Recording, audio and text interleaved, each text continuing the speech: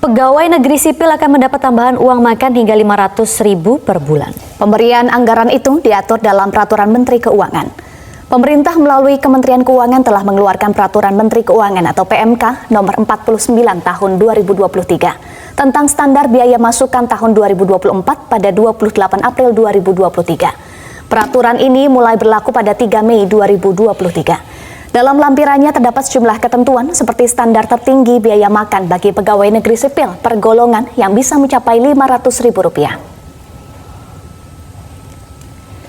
Berdasarkan data Badan Pusat Statistik per Desember 2022, terdapat 3,89 juta PNS di seluruh Indonesia.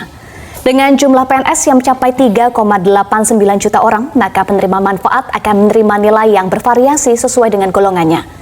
Kementerian Keuangan menetapkan batasan tertinggi uang makan per orang per hari bagi pegawai golongan 1 dan 2 sebesar Rp35.000.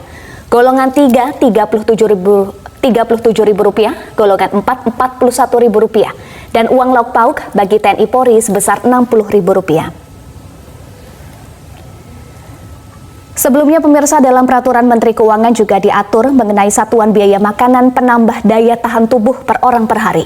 Batasan tertinggi yang diatur dalam lampiran ini bervariasi mulai dari Rp18.000 hingga Rp25.000 per hari, yang artinya sebulan mendapatkan Rp396.000 hingga Rp550.000 per bulan. Beasiswa 174 juta untuk 2 orang anak dan jaminan kematian itu totalnya bisa menerima 42 juta. Kemudian manfaat layanan tambahan dari perumahan BPJS Tenaga Kerja. Kita tahu BPJS Tenaga Kerja punya program terkait dengan perumahan. Nah, ini bunganya diturunkan. Jadi sebelumnya adalah BI rate plus 5%, ini diturunkan menjadi BI rate plus 3%. Kemudian untuk penerima manfaat di mana itu bisa untuk menyicil rumah, bisa untuk down payment, dan juga untuk para developer yang tadinya BI rate plus 6 diturunkan juga menjadi 4%. Ini seluruhnya dengan juga relaksasi SLIK dari OJK. Nah, ini targetnya 150 miliar ditanggung oleh BPJS. Tahun ini ditargetkan sampai 1.000, namun tahun depan akan ditingkatkan jumlahnya karena ini akan mendukung program Bapak Presiden untuk menyediakan 3 juta rumah. Kemudian percepatan deregulasi PP 28, yaitu integrasi sistem kementerian lembaga dan juga rencana daerah tata ruang RDTR ke OSS. Nah, ini akan didorong jumlah daerahnya tadi ditingkatkan bukan 50 tetapi ini 50 kabupaten kota, namun daerahnya menjadi 170 sekian kecamatan dan diharapkan tahun depan juga bisa ditambahkan. Dan untuk RDTR itu disediakan dana 3,5 miliar per RDTR, di mana dari Badan Geologi Informasi Geospasial akan menyiapkan data sehingga nanti OSS punya fiktif positif untuk 20 hari kerja. Sehingga kalau ini tidak selesai maka otomatis akan berlaku, dan itu kebutuhan dananya diperkirakan sekitar 1 triliun. Kemudian pilot project beberapa program di kota-kota besar, salah satunya adalah di Jakarta untuk gig ekonomi, di mana ini semacam working space, dan ini akan diikuti oleh piloting di berbagai daerah lain, Jabar, Jateng, Jatim, Banten, Bali, Manado, Makassar, dan Batam. Kalau di Jakarta menggunakan dana yang sudah tersedia di Jakarta, dan juga akan mendorong dana yang ada di Ekraf.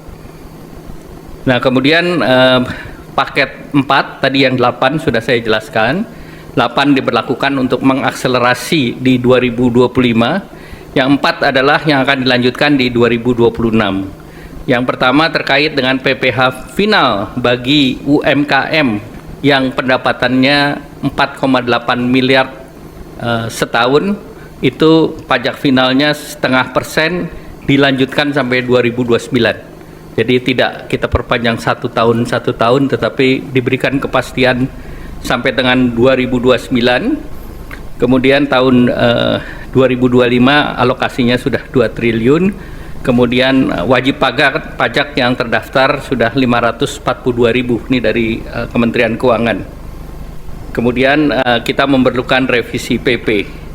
Kemudian perpanjangan PPH pasal 21 DTP untuk pekerjaan sektor pariwisata yang tadi baru diberlakukan akan dilanjutkan tahun depan. Jadi ada kepastian sampai tahun depan PPH sektor Horeca ini masih ditanggung pemerintah dengan estimasi anggarannya 480 miliar dengan gaji di bawah 10 juta. Kemudian untuk pekerja industri padat karya, yaitu alas kaki, tekstil, pakaian jadi, furniture, kulit, dan barang kulit, ini juga dilanjutkan, yang 10 juta itu ditanggung pemerintah. Ini targetnya adalah 1,7 juta pekerja, dan alokasi tahun ini sudah disediakan 800 miliar. Jadi ini pun akan dilanjutkan tahun depan. Kemudian diskon iuran jaminan kecelakaan kerja dan jaminan kematian bukan untuk pekerja upah, ini diperluas bukan hanya untuk ojol dan juga pangkalan dan yang lain, tetapi juga pekerja bukan penerima upah lainnya seperti segmen petani, pedagang, nelayan, buruh bangunan, pekerja rumah tangga, targetnya sebesar 9,9 juta dan perkiraan anggarannya 753 miliar. Nah, kemudian juga tadi dibahas langsung dengan Bapak Presiden paket penyerapan tenaga kerja dari program unggulan Bapak Presiden.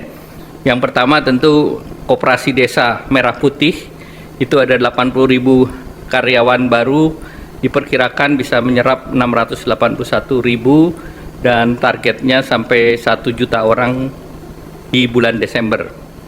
Kemudian Kampung Nelayan Merah Putih, tahun ini targetnya 100 desa, diharapkan bisa menyerap 8.645 tenaga kerja, jangka panjang 4.000 titik, bisa menciptakan 200.000 lapangan kerja.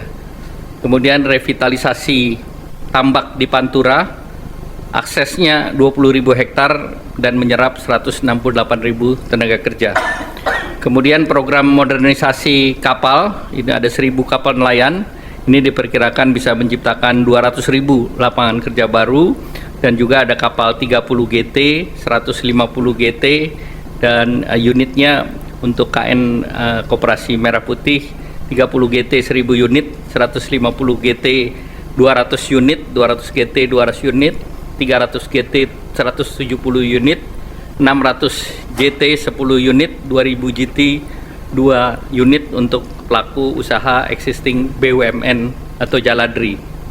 Kemudian program perkebunan rakyat itu penanaman kembali 870.000 hektar oleh KL, Kementerian Pertanian, diharapkan bisa membuka lapangan kerja lebih dari 1,6 juta dengan komoditas prioritas antara lain tebu, kakao, kelapa, kopi, mete, dan pala. Selanjutnya juga terkait paket penyerapan likuiditas nanti